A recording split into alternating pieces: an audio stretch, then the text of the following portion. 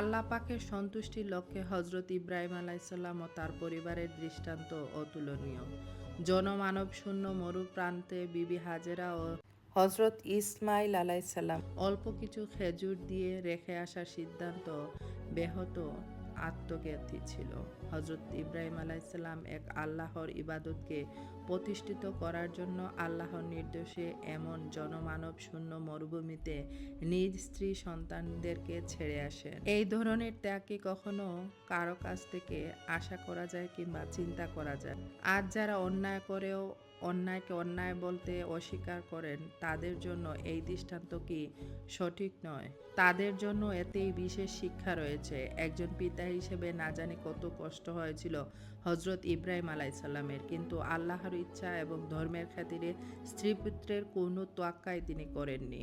সুবহানাল্লাহ। সবাইকে ঈদ উল আজহার শুভেচ্ছা।